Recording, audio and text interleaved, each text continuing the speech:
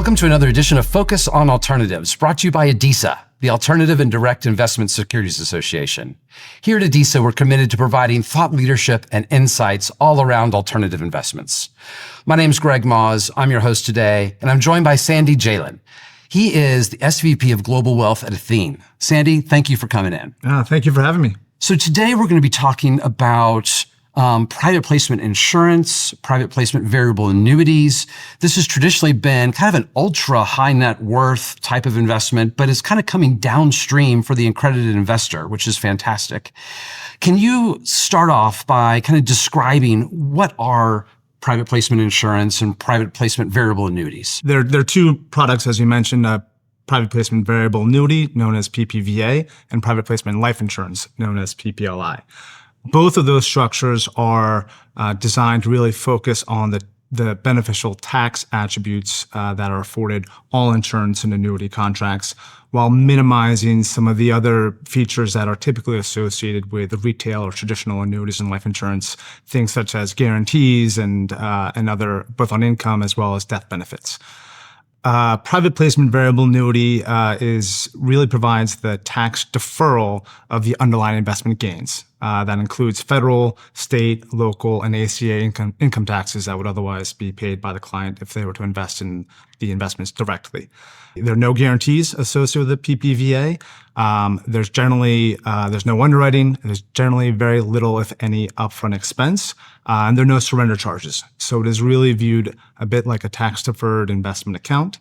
There are no limitations under the tax code as to how much after-tax dollars or non-qualified money can be contributed into a PPVA, typically speaking. Some products may have maximum, but generally speaking, people are able to invest an unlimited amount of funds into the PPVA and benefit from the deferral.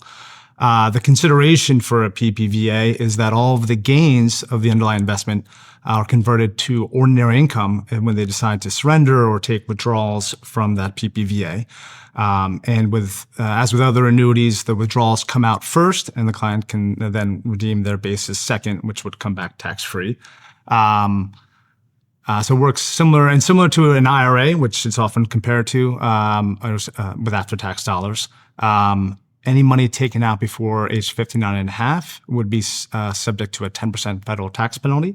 Unlike an IRA, there are no required minimum distributions at age 70 or 72. And so typically people can continue to defer the underlying investment gains until age 95 or potentially later.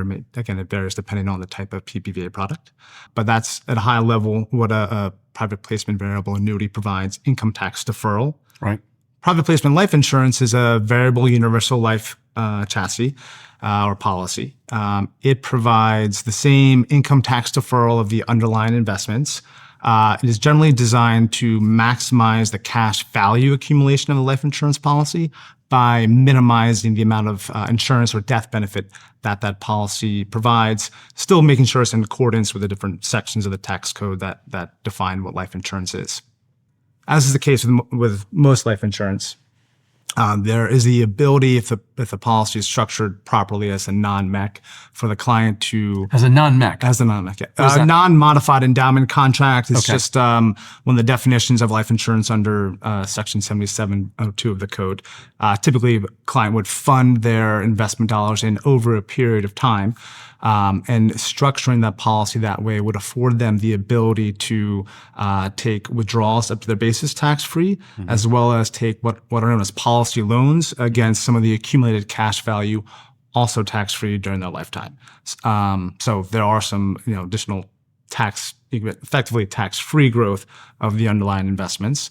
And there's a death benefit associated with the PPLI. How does that work? So again, it's generally structured to provide the minimum amount of death benefit that is required early on in the policy's life. And there's the option that clients would typically choose to elect to reduce the death benefit later on in the policy's life, to reduce the insurance or the friction expense associated with the accumulation of the investment account. And then upon death of the insured, the beneficiaries would receive the death benefit, which is going to be either equal to or greater than the investment account on a tax-free basis. So like all life insurance, the death benefit is considered tax-free. There are some limitations to PPLI. The client does need to go through medical underwriting. It is life insurance like all other insurance products. How strict is that? It's as strict as other insurance products, so it's the same. It's the same process. It is life insurance, and typically there are higher death benefit amounts because the amount of investment premium going in is considerably larger.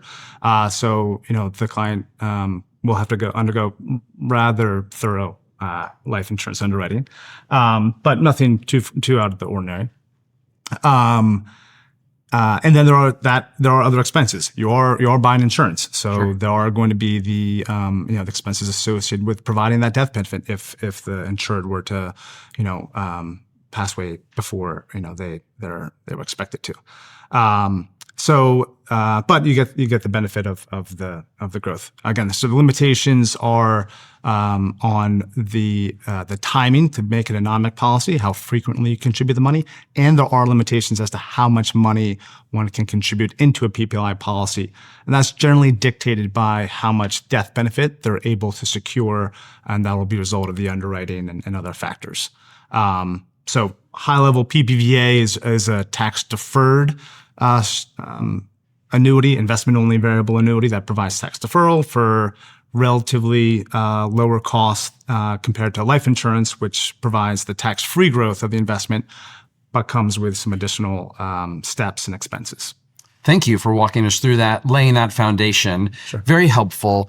But this is a little complex. Yeah. So let's go into some examples. Can you discuss some case scenarios that an investor may want to engage in these? Yeah, certainly. So for a PPVA, one of the most common applications is to the extent a client is looking at an investment, and particularly these are used to access alternative investments, private credit, hedge funds, things of that like, where for a high net worth individual, they're rather tax onerous. So if an investment that a client would like to make is going to trigger a lot of ordinary income to begin with, if they can hold that investment inside of a PPVA or choose that investment strategy inside of a PPVA, they benefit from the deferral of that investment return, and that will provide benefit as the longer they are able to defer that investment growth. So simply the first case is simply as an asset location vehicle for tax inefficient investments. And often a lot that first investment into alternative may come from an existing retail annuity. So there's something known as a 1035 exchange in the tax code, right? That allows clients to transfer on a tax-free basis existing annuities. So we do see a number of instances where a client had purchased an annuity that provided that guaranteed income that they were looking for at one point in their life. Years pass and they find themselves in a different financial situation where that guarantee income isn't as important to them, and they want to diversify their portfolio into alternative investments.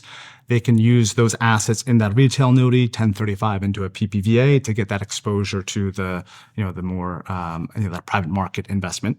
And with the PPVA, since there are no surrender charges, if for some reason they wanted that guaranteed income, they can always 1035 back to a retail annuity. For both PPVA and PPLI, we do see clients that have set up grantor irrevocable trusts, which are have great estate tax benefits.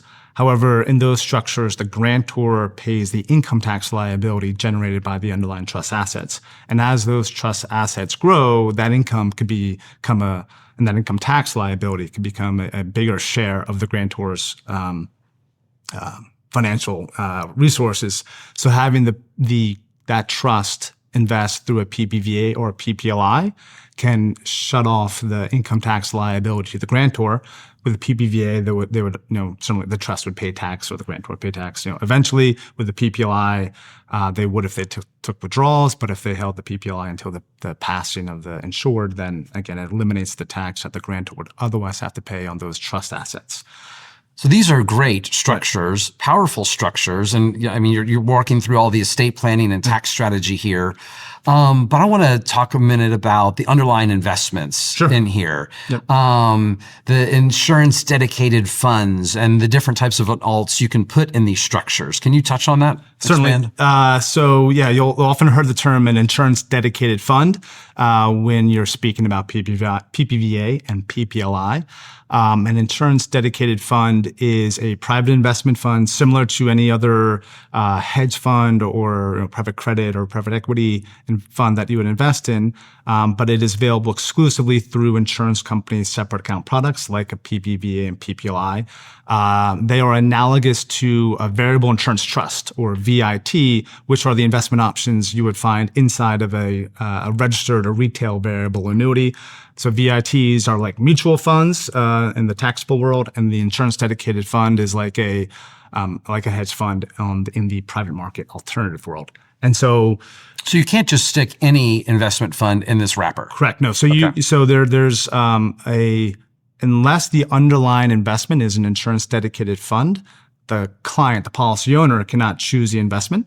But a lot of insurance companies have a menu of insurance dedicated funds across a range of alternative private market investment strategies and from various firms that the client is then free to choose how to allocate their PPVA or PPLI investment dollars. Sandy, really appreciate you walking us through this. Yeah, certainly. For more educational content like this, please visit adisa.org and stay tuned for another upcoming episode.